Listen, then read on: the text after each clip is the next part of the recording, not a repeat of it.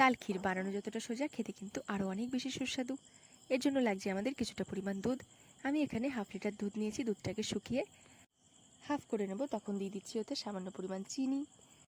চিনির পরিমাণটা তোমরা বুঝে ব্যবহার করবে। আমি এখানে যে তালের পাল্প নিয়েছিলাম তা কিন্তু অনেক বেশি মিষ্টি, তার জন্য চিনি কিন্তু আমার খুব বেশি লাগেনি। এরপর দিয়ে দিচ্ছি আগে থেকে বের করে রাখা তালের পাল্প। এরপর লো ফ্লেমে এটাকে অনেকক্ষণ জাল করে নেব। যখন তালের পাল্পটা এভাবে শুকিয়ে আসবে তখন বুঝতে হবে আমাদের তাল ক্ষীর কিন্তু প্রায় রেডি। আর তালটা কুক করার সময় অবশ্যই কিন্তু এভাবে নাড়তে থাকবে, না হলে কিন্তু নিচে থেকে লেগে যাবে। তো দেখো তাল ক্ষীর কিন্তু আমাদের একদম রেডি। এরপর এটাকে নামিয়ে নিচ্ছি একটা বলে, আর উপর থেকে ছড়িয়ে দিচ্ছি সামান্য কেটে রাখা কিশমিশ আর বাদাম। তারপর এটাকে ঠান্ডা হলে এনজয় করব। তাল কিন্তু কখনোই গরম অবস্থাতেই সার্ভ করবে না, তাহলে কিন্তু তাল তেতো লাগবে। তাল সবসময় ঠান্ডা হলে সার্ভ করবে।